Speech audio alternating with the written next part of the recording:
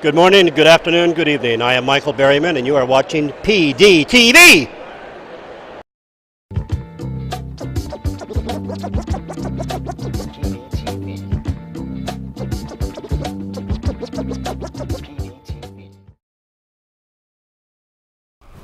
This is Chris with PDTV.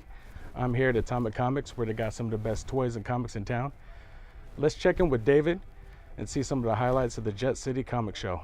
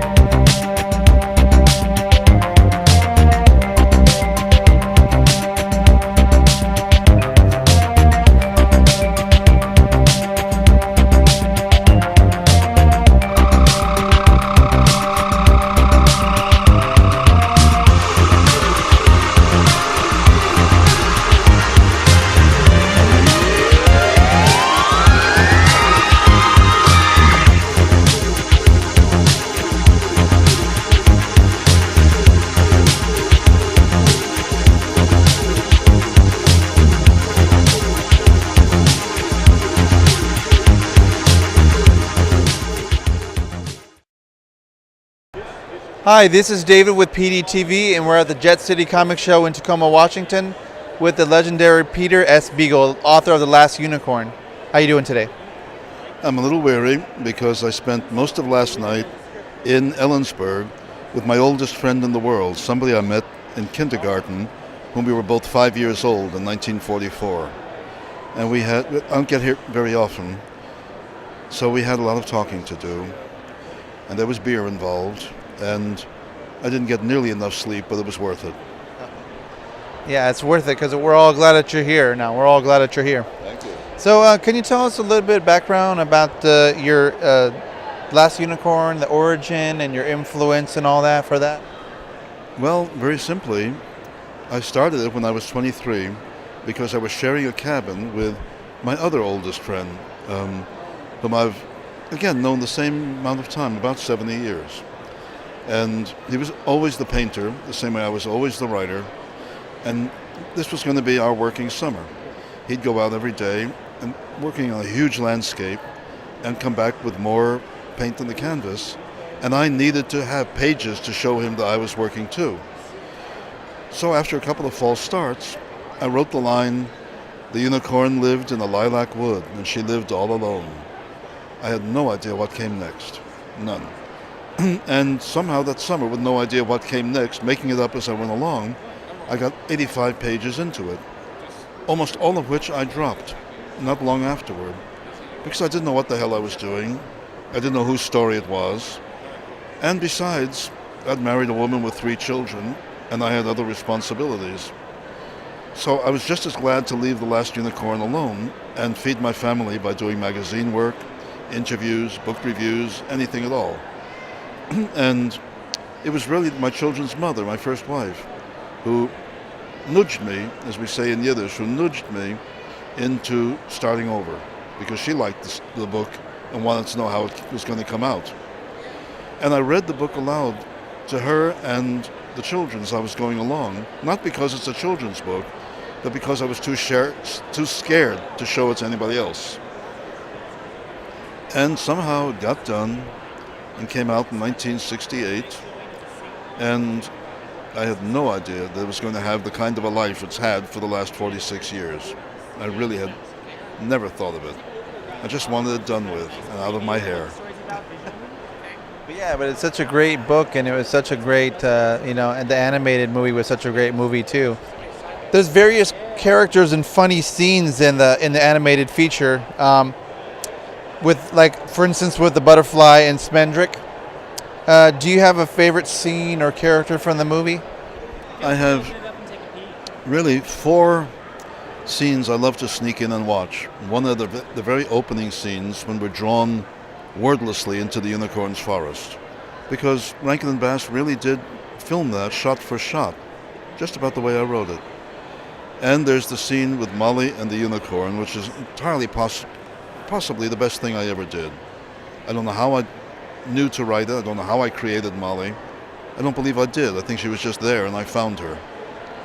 And I like the scene where Haggard talks about the first time he ever saw unicorns and became obsessed with them, because that's when I met Christopher Lee. We were introduced after that scene.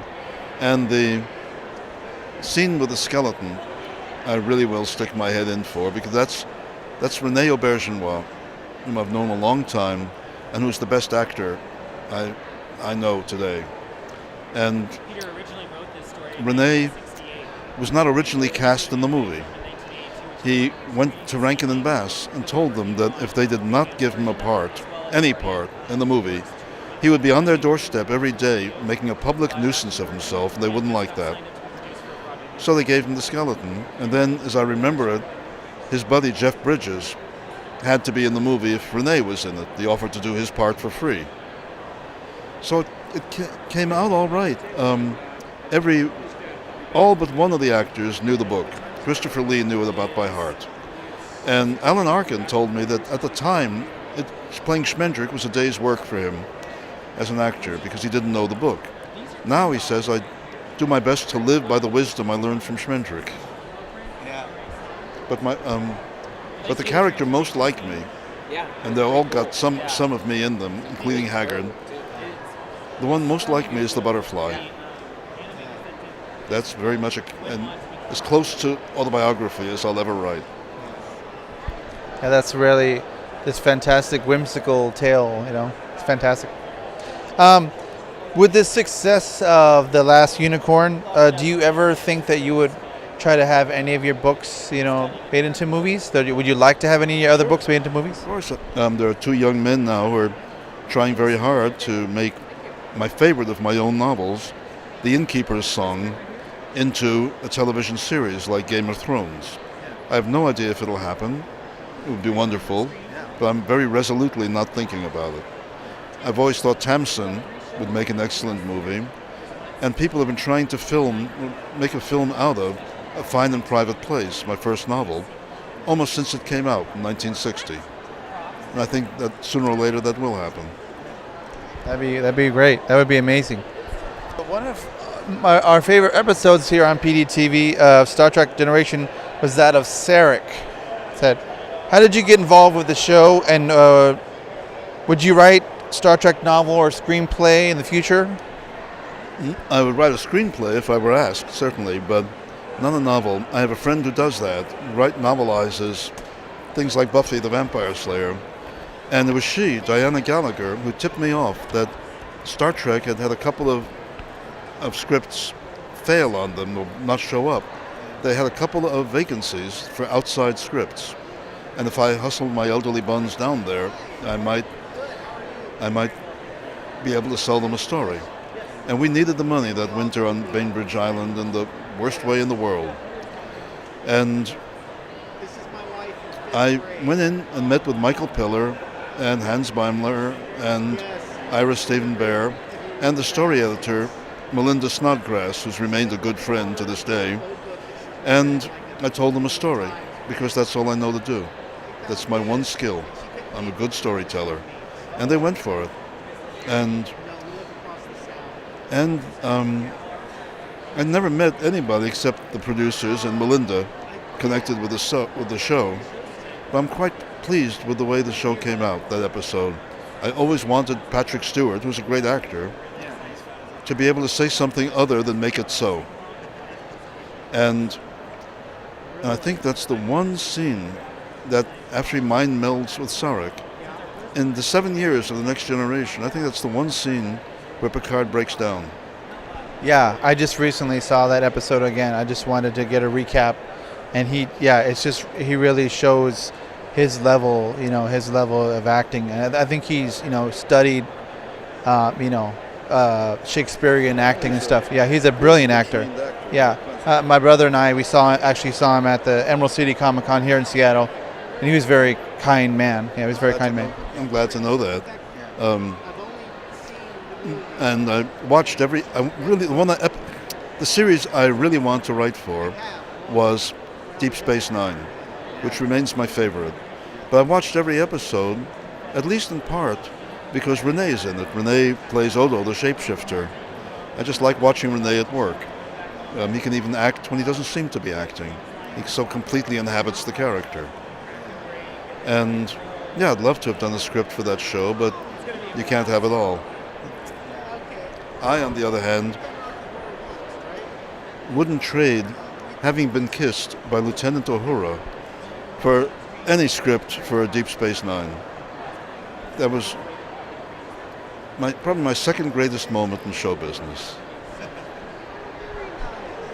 Yeah, so our final question is, rumors, as they do online, have circulated for decades now that a possible Last Unicorn live action movie is in the works. I read recently you revised a draft. Any news of that happening anytime soon, or would you like to see it made? The rights to The Last Unicorn, which have been held for 15 years by someone in England who was never able to make the film, the rights revert to me in February. And at that point, I do believe that there will be a live-action version in the works, because we're being constantly courted now by one studio after another. Yeah, I do think that's going to happen. That's as much as I can say right now. Okay. I understand. Just keep us in suspense. I understand. Okay, I want to thank you again, Mr. Beagle. This is David from PDTV, and thank you so much. I'd like to thank Jet City Comic Show, Atomic Comics, and thank you for watching.